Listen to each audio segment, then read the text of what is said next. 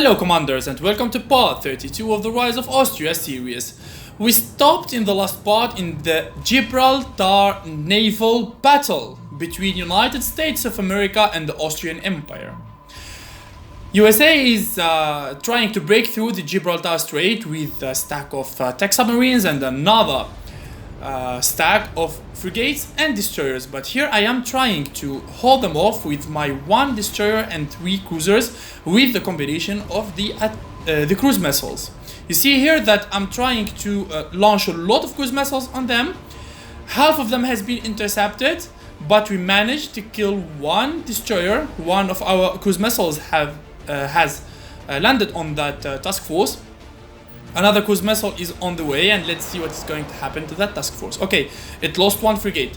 So with this cruise missiles assault, we killed one destroyer and one frigate. It is weakened now. It is weakened. I will send my strikers here nearby to be able to launch more cruise missiles, especially that I have in my inventory 7 conventional warheads. That means 3 cruise missiles. The land battle versus Brazil near Morocco in north of Africa has started, and here my 62nd Anti-Air division is attacking an infantry division there. Well, I am not going to waste my time and the time of my artilleries on infantries. I will just give the order for my strike wing to smoke those infantries, because I had to make sure that that land contact wasn't anti-air or something that can harm my strike fighters. So in this case, I'm going to send them to kill those infantry so I can be able to keep going forward and take more lands from Africa. United States of America is robust. He has a lot of ships, a lot of submarines, so he's going to give us a hard time here, especially that the Austrian Navy is overwhelmed, exhausted, because imagine our Navy, how much nations it destroyed and how much fights against other navies. We are going to mention Syria, Cuba, Brazil, and now United States of America. So yeah, it has been a long way without mentioning before that. Before in Europe, the battles versus France, Italy at the beginning, etc, etc. So here the Austrian Empire has crossed a long path. So we are here today, still alive in day 40 with 1,566 victory points. We are going for the solo win. I know that it is still complicated, not that easy, especially that United States of America is still pushing forward, and I do not know his army size and his navy size, because we know that America has been in a long war versus China. That means that he has a lot of task forces on the Pacific Ocean. Also, we know that China and USA now they are at peace, so basically America is going to send all of his fire to the Austrian Empire. So here I do not want to be fooled. I do not want to believe and think that this is only the American Navy. I still expect more, that they will come from the Pacific Ocean. So here I need to close the Panama Canal, and also I need to close the Red Sea. In that case, I will see him coming for me for sure. Well, I'm still on a cooldown. Also, I cannot send my cruise missiles because I used them all. I am sending my Red Sea task force there after I killed the Brazilian ships there. I'm sending it to the Gibraltar Strait to help on the naval battle of the Gibraltar Strait.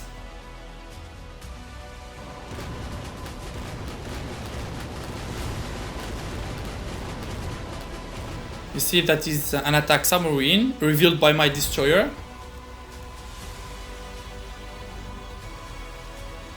Elite battle group engaged with tank division at Washington DC. Okay, now the capital of America is under the fire of my elite battle group after I killed his attack submarines that were securing the gates of the capital. He has a tank division. Well, most of the American players they always use main battle tanks, because you know America has huge components production and also electronics, so they find it useful and suitable to make main battle tanks. But me, I never ever use main battle tanks while I'm playing with the United States of America. Instead, I use all my components and electronics to make a huge navy and big air force, because playing with America is going to help you so much to have a big navy. Like that you can first secure all of your nation, all of your country, and also even if you want to move to another continent, your navy is going to make a safe passage for you. And also, more importantly, a stack of frigates is going to secure your landing, because if the enemy is going to come to you with strike fighters or elite attack aircrafts to intercept your infantries from coming, your frigates, they are going to secure your way. Exactly like America did in Lisbon. He tried to land from the city of Lisbon there in Portugal. He sent mobile SAM launchers, infantries, etc, etc. But he did not secure his land armies with his task forces. But I see that he possesses high level frigates, but he did not escort his land armies with his frigates. This is why his land armies, all of them, they were wiped with my strike fighters. You understand now what I'm saying here? This is the mistake of America, that he did not secure his landing armies in Lisbon with his task force. Maybe his task force has joined the battle a bit late. Maybe he prioritized that he comes for my navy to kill it before he secures his land armies. I don't know what America has thought about, but here I am trying to improve my point, and you can understand that frigates, that are very important to secure your land armies. Okay, another hit on his task force. It's almost dead.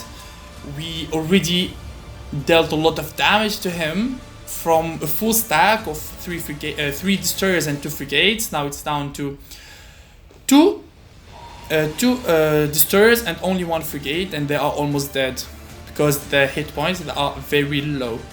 My city of Palermo has finished the decontamination, so I will heal it and send an anti-missile there to secure it. Well, we are receiving a message from America. Well, have fun, brother. You got me this game. Well, you are still playing. You still have navy.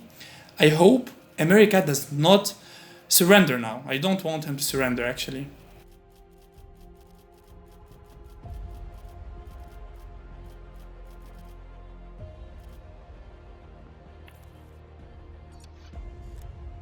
Here I'm trying to start and carry on my invasion in Algeria. Also, I'm sending National Guards from all sides.